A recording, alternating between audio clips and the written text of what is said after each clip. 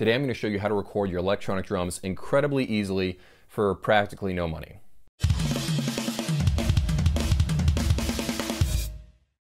What's up guys, Justin Greenwald here. Welcome to 65 Drums. This is the place to keep on top of all things EZdrummer related, so subscribe if you haven't already. This is the way I record my electronic drums. I need to record a lot of footage every single week very quickly. And the way I do it is by using this thing. It's called iRig. This is version 1, by the way. There's a couple of different versions of this. This thing's 11 bucks on Amazon right now. You just plug in your guitar cable to the main output of your drum module. The other end plugs into the headphone jack of your cell phone. That's it. This works incredibly well. Like I said, there's a couple of different versions of this. This is 11 bucks. There's a newer version called iRig 2 that's like 40 bucks.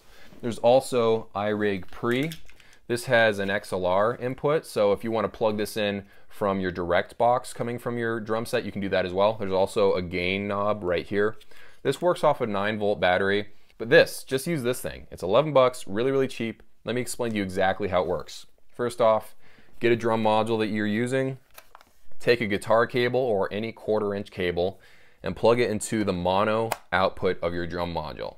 The next thing you do is you take the other end of the cable. Guitar cables are usually like 6 feet long, so this is perfect. Get your cell phone, plug the other end into iRig, plug iRig into the headphone jack of your cell phone. If you have an iPhone 7 like me, you don't have a headphone jack, so just use the adapter, the lightning to 1/8-inch adapter.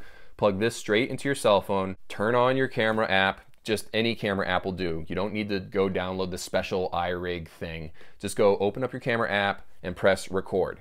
What happens is your cell phone replaces the audio of you naturally hitting the rubber pads and stuff with the audio coming from iRig. You know how some earbuds have a little mic that sits right about here on your neck? It's the same principle. This is a 3-pole type thing, so one of the poles is the microphone. The great thing about this is that it's perfect for doing drum covers, because if you plug in an iPad or something into the aux input and you're playing a YouTube video that has a song on it and you mix it all up so that the audio of your drums and the audio of the song are just right, iRig actually sends both of those audio sources to your cell phone. So you're getting all the audio of your drum cover. You don't really have to do much at all. Another great thing about this is that you can plug this straight into the headphone jack of your laptop and record this audio straight into your laptop. Works like that as well. Just a really simple, easy way to do it. The reason why I love it so much is that I don't have to sync up the audio and the video later in post. What some guys do is they run the audio from their module to their laptop, and then they have some sort of camera or their cell phone off to the side, and after they've recorded the audio and the video, later inside of Adobe Premiere Pro or something, they sync the two together and they have to line it up, or there's a quick button depending on what software you're using, like Adobe. It's just an extra step you don't have to use if you're using something like iRig, because the audio and the video are synced up already. Even if you have a DSLR, this thing works as well.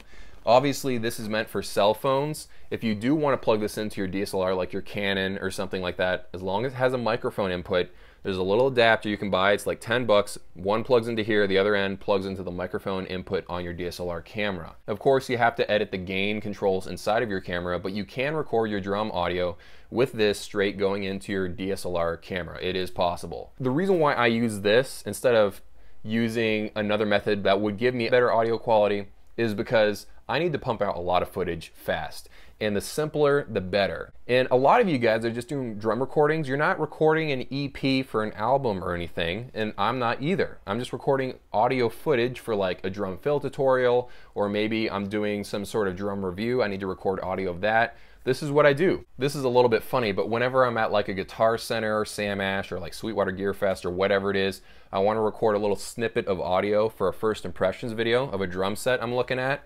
I'll literally pull this out of my pocket with a little short cable and plug this directly into the drum module. So I'll have my cell phone, I'll just plug it directly into my cell phone, record maybe 5 minutes of me playing around on the drum set. Obviously, I'm just getting the audio because I'm just pointing the camera down. I'm not having some special tripod to record a professional video thing, but at least I'm getting the audio for you guys, and that's how I get the audio for those first impressions video, with this little thing. Again, you could get better audio if you're recording directly into your laptop with a USB MIDI cable that lets you transfer the audio over to like Audacity. Get even better audio quality that way. If you're doing like an album recording, perfect, go do that. But for 99% of us, we just need fast audio. We don't need perfect, pristine studio audio. Also realize that your iPhone or your Android photo or video recording app does have a compressor built into it, so that will mess a little bit with the audio. But let me throw up some audio footage. If you watch my channel, you know how this sounds like. This is what it sounds like, and it sounds pretty good.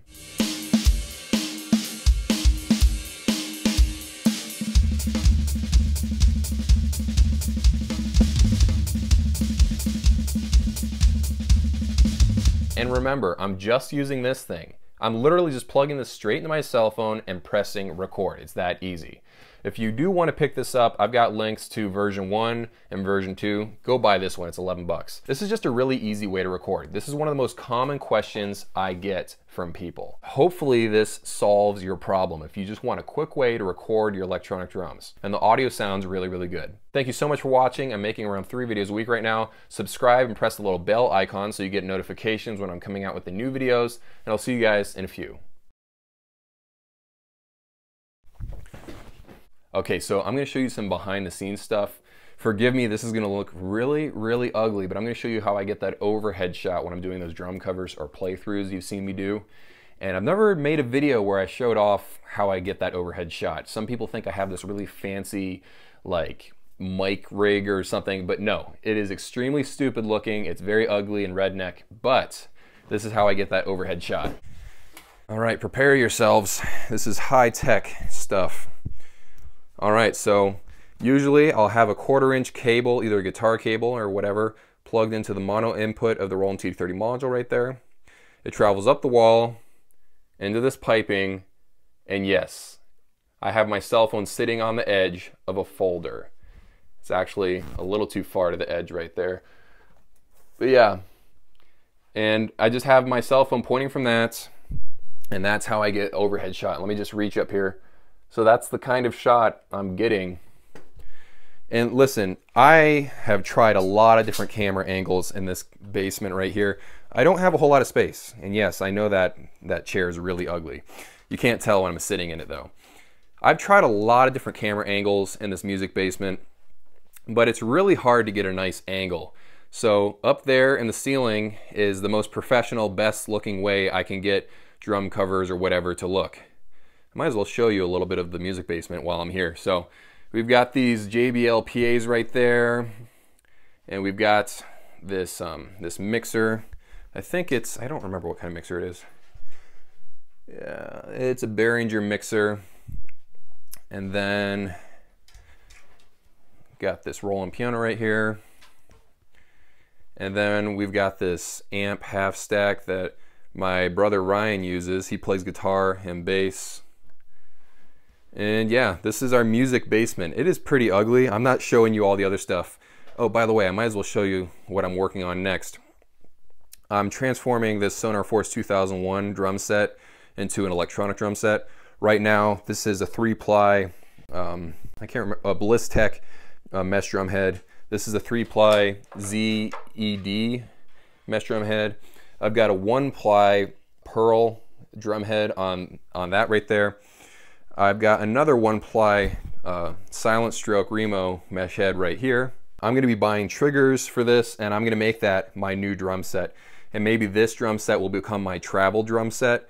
But as of right now, this is what I'm playing on. So yeah, I'm getting really excited about this conversion that I'm working on right here because, man, that's going to look sweet. I have another tom that I haven't mounted yet because I bought the wrong size mesh drum head for this thing.